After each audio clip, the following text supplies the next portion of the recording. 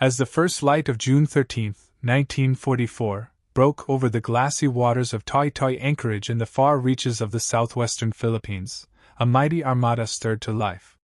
At its heart was the aircraft carrier Shokaku, a titan of the Imperial Japanese Navy, her 850-foot flight deck gleaming under the tropical sun. This was the ship that had launched the planes that shattered Pearl Harbor's calm 2.5 years earlier, igniting a war that would redefine the Pacific. Now, her crew of 663 sailors stood ready for a mission that would decide the fate of an empire. In 6 days, Vice Admiral Jisaburo Ozawa would lead this fleet into the crucible of the Battle of the Philippine Sea, unaware that a lone American submarine, USS Cavalla, was about to carve its name into history. This is the tale of courage, cunning, and a clash that turned the tide of World War II. The Japanese fleet at Toi was a spectacle of naval might. 3 fleet carriers, Shokaku, her sisters Rikaku, and the modern Taiho, formed the backbone of the first mobile fleet. They were joined by heavy cruisers like Atago, Takao, and Chokai, with 13 destroyers weaving a protective net around them. This was Japan's last great hope, a force that once ruled the seas from Hawaii to the Indian Ocean. But it was a force diminished, battered by years of war and American resolve. The mission was audacious: sail to the Mariana Islands, where U.S. forces were storming Saipan, and crush the American carrier fleet. For Japan, failure meant more than losing ships, it meant the fall of the Marianas, placing Tokyo within range of American B-29 bombers. By mid-1944, Japan's empire was unraveling. The lightning conquests of 1941, Malaya, Singapore, the Philippines, had given way to a grim retreat. The Gilbert Islands were gone, Truk was neutralized, and Saipan's invasion threatened to sever Japan's lifeline to its oil-rich southern territories. Admiral Soma Toyota, commander of the combined fleet, drew inspiration from Germany's Kriegsmarine, whose aggressive U-boat tactics and emphasis on decisive battles had shaped Japanese naval thinking. Toyota's Operation Eigo was a gamble to leverage Japan's remaining strengths: longer-range carrier aircraft, land-based planes from Guam and Tinian, and battleship gunners trained for night combat. The plan was to strike the U.S. Fifth Fleet while it supported the Saipan landings, hoping to repeat the shock of Pearl Harbor. But Japan's navy was a shadow of its former self. The pilots who had executed precision strikes at Pearl Harbor and Ceylon were dead, lost in the meat grinders of Midway and the Solomons. Their replacements, with barely 200 flight hours, were no match for American aviators averaging over 800 hours. Fuel shortages compounded the crisis. American submarines had decimated Japan's merchant fleet, forcing carriers to burn unrefined taric and crude oil from Borneo. This thick, sulfurous fuel belched black smoke, fouled boilers, and slowed ships, while engine room crews choked on toxic fumes in sweltering conditions. Yet, Ozawa's fleet remained formidable: 9 carriers with 440 aircraft, 5 battleships including the monstrous Yamato, 13 cruisers, and 28 destroyers. They faced Admiral Raymond Spruance's Fifth Fleet, with 15 carriers, 956 planes, 7 battleships, and a vast edge in radar, training, and logistics. From the American perspective, the war was a relentless march to victory. The U.S. Navy, fueled by unmatched industrial power, was dismantling Japan's empire island by island. Spruance, aboard USS Indianapolis, knew the Marianas were the key to breaking Japan's defenses.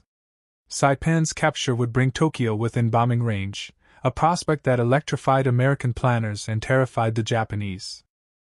Intelligence from codebreakers and Pacific Coast watchers had tracked Ozawa's movements, allowing Spruance to position Task Force 58, 4 carrier groups, west of the Marianas as a shield for the invasion. Submarines, under Admiral Charles Lockwood, were the fleet's eyes and ears. Lockwood's NA line of patrol zones stretched across the Philippine Sea, with boats like Albacore, Bang, and Stingray waiting to strike. One submarine, USS Cavalla, would soon prove pivotal. Cavalla was a masterpiece of American engineering.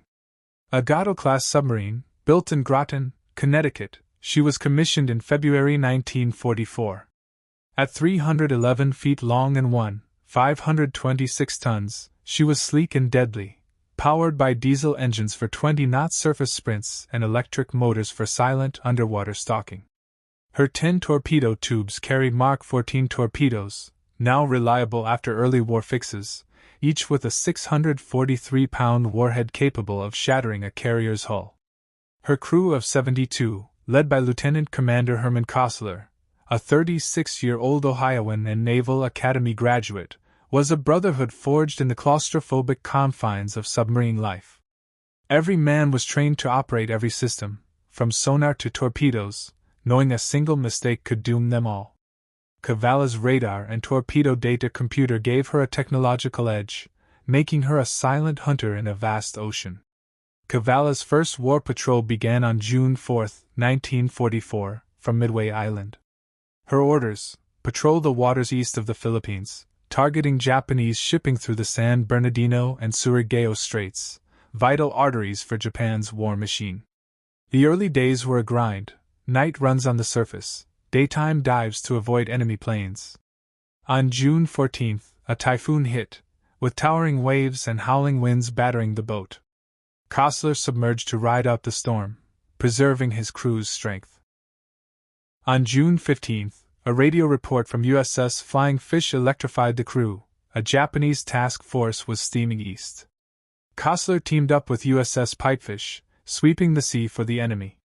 Though the search found nothing, the crew sensed action was near.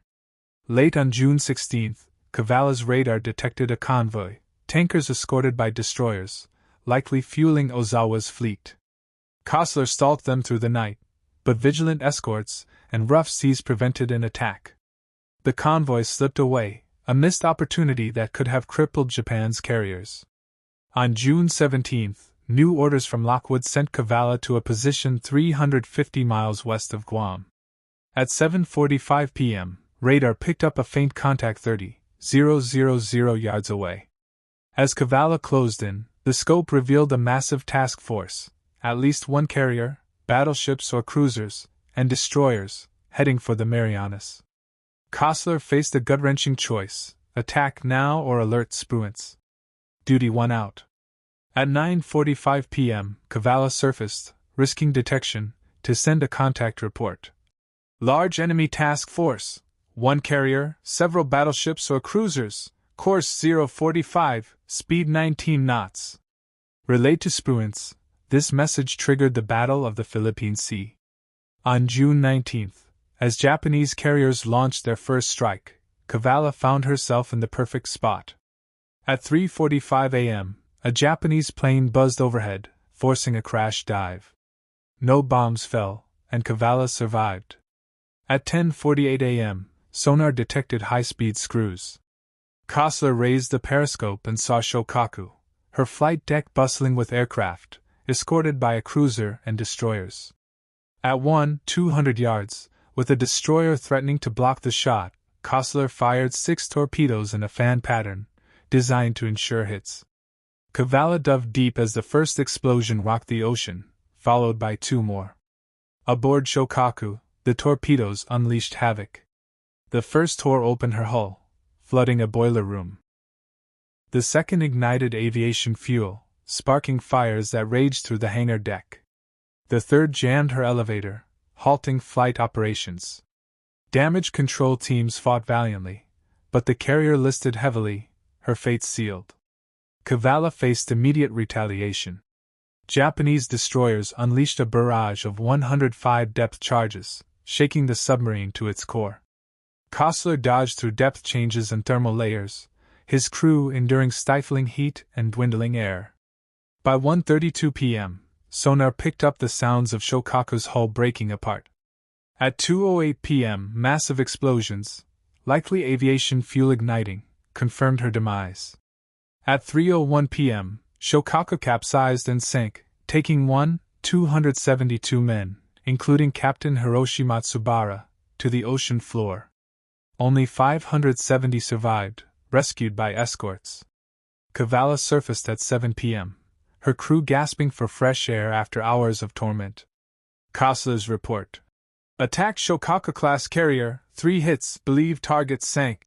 Sparked celebration at submarine headquarters. The sinking of Shokaku, combined with Taiho's loss to USS Albacore, was catastrophic for Japan. The Battle of the Philippine Sea, known as the Marianas Turkey Shoot, saw Japan lose 3 carriers, over 600 aircraft, and countless aircrew. The German-inspired strategy of long-range strikes collapsed against American superiority. For Americans, Shokaku's destruction was a triumph of justice. A carrier that struck Pearl Harbor now rested in the deep, sunk by a U.S. submarine. Cavalla's patrol continued, but her June 19th attack defined her legacy.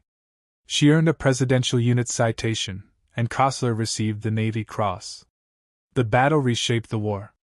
Japan's naval aviation was shattered, opening the path for the Philippines' liberation and Japan's defeat. American submarines, just 2% of the Navy, sank 55% of Japan's maritime tonnage, strangling its empire. Cavalla, now a museum ship in Galveston, Texas, stands as a monument to the silent service. Her story, woven with the clash of empires and the shadow of German tactics, captures the bravery and sacrifice that secured victory in the Pacific. As tensions rise again in the Pacific, Cavalla's legacy reminds us that a single submarine, with a determined crew, can change the course of history.